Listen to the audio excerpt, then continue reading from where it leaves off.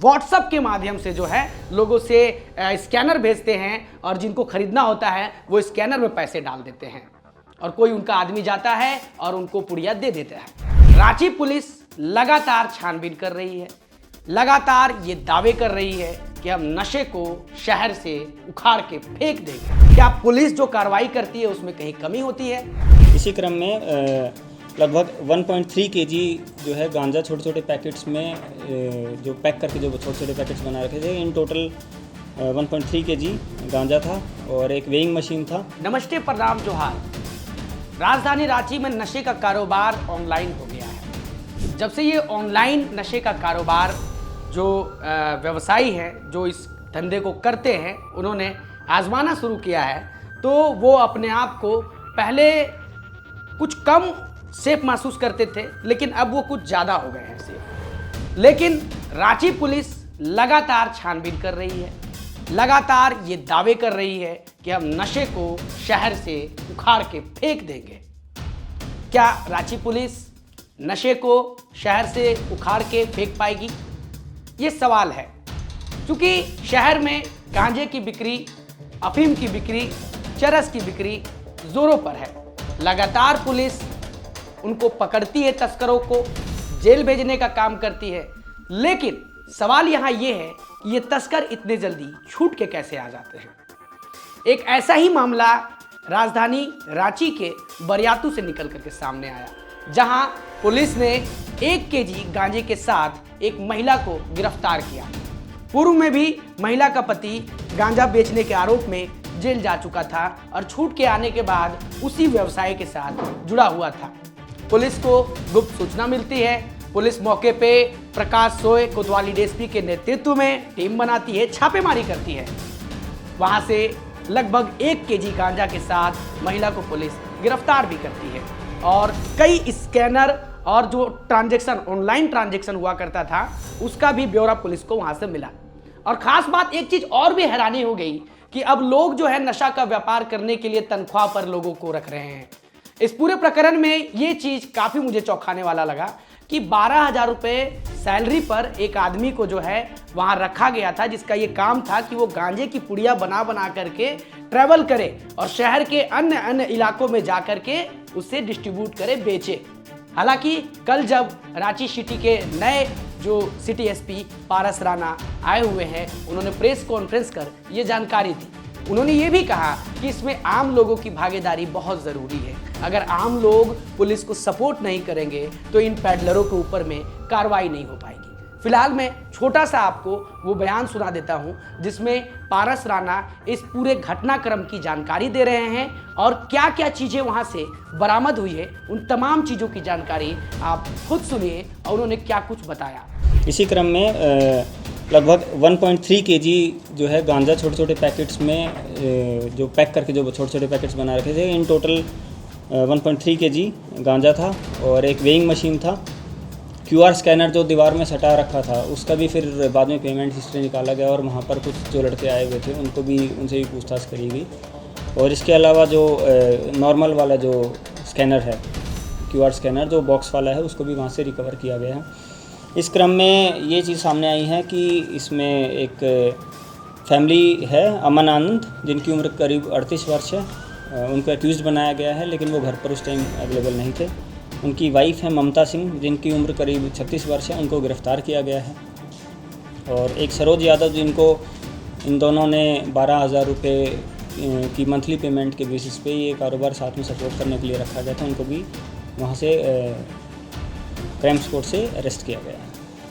ठीक है, ये पेमेंट ऑनलाइन लिया था, ऑनलाइन ही क्यों लिया? ऑनलाइन पेमेंट इसलिए कि एक तो जो गांजे की जो छोटे लेवल की जो बिक्री होती है उसमें चेंज का थोड़ा रहता है कि चेंज देना है, चेंज नहीं देना, और ऑनलाइन पेमेंट फास्ट भी होती है। ऑनलाइन पेमेंट दूर से भी की जा सकती है। कोई ऐसा भी है कि लोग पहले ऑर्डर प्लेस भी कर देते थे कि मैंने आपकी इतनी पेमेंट कर दी है, तुरंत आएगा, उसमें ट्रांजैक्शन में ज़्यादा टाइम नहीं लगेगा और जल्दी से सप्लाई लेके चला जाएगा। ऑनलाइन पेमेंट में एक और इनको बेनिफिट रहता है कि ऑनलाइन पेमेंट पहले कर देंगे और उनको डिज़ायर्ड जगह पे सप्लाई मिल जाएगी। तो कैश पेमेंट में वो जो हैंड टू हैंड जो ट्रांजैक्शन जो प्रोडक्ट का और कैश का होता है, उसको ये बाईपास करके उसको अवॉइड कर सकते हैं। कर्मी जो पकड़ाया है, जो 12,000 रुपये पर क्या काम क्या था? उसका काम यही था कि सप्लाई वगैरह जो पैकेट्स बनाना ये सब करना, और इसके अलावा जब ये सप्लाई जहाँ से ये लोग सप्लाई लेके आते थे उसमें भी ये एक्टिव सपोर्ट करता था, और साथ में पुलिस की रेकी भी करता था कि आसपास पुलिस का मूवमेंट है या घर के बाहर जो पुलिस का मूवमेंट है उसका भी इंफॉर्मेशन घर के अंदर भिजवा था। कितना ट्रांजेक्शन किया अब तक ऑनलाइन? वो अभी इन्वेस्टिगेशन का पार्ट है, वो अभी आगे इन्वेस्टिगेशन में आया। कितने दिनों से कर रहा था? वो अभी आगे इन्वेस्टिगेशन में आया। बाजार में क्या कीमत है सर इसकी? 1.3 kg गांजा की कीमत बाज़ार में कितनी होगी? 60-70,000 के आसपास इसकी कीमत है। अगर दारू भी पकड़ा है हमारे मतलब क्या? दूसरा बता दो। तो आपने सुना कि जो सिटी एसपी पारस राणा है वो कह रहे हैं कि ऑनलाइन पेमेंट किया जाता था, यानी कि जो एक तरह से कहे ना कि फेस टू फेस मिल करके नशे का जैसे कि पुड़िया लेन देन करना, पैसा लेन देन करना, अब वो जो है थोड़ा खतरा वाला काम हो गया था इनके लिए, इन पैडलरों के लिए। तो इन्होंने एक नया दिमाग इजाद किया और व्हाट्सएप के माध्यम से जो है लोगों से स्कैनर भेजते हैं, और जिनको खरीदना होता है वो स्कैनर में पैसे डाल देते हैं, और कोई उनका आदमी जाता है और उनको पुड़िया दे देता है। हालांकि इसके ऊपर पुलिस लगातार छानबीन कर रही है, उसी का परिणाम है कि अभी आपने देखा कि बरियातू का मामला जो मैं आपको बता रहा हूं।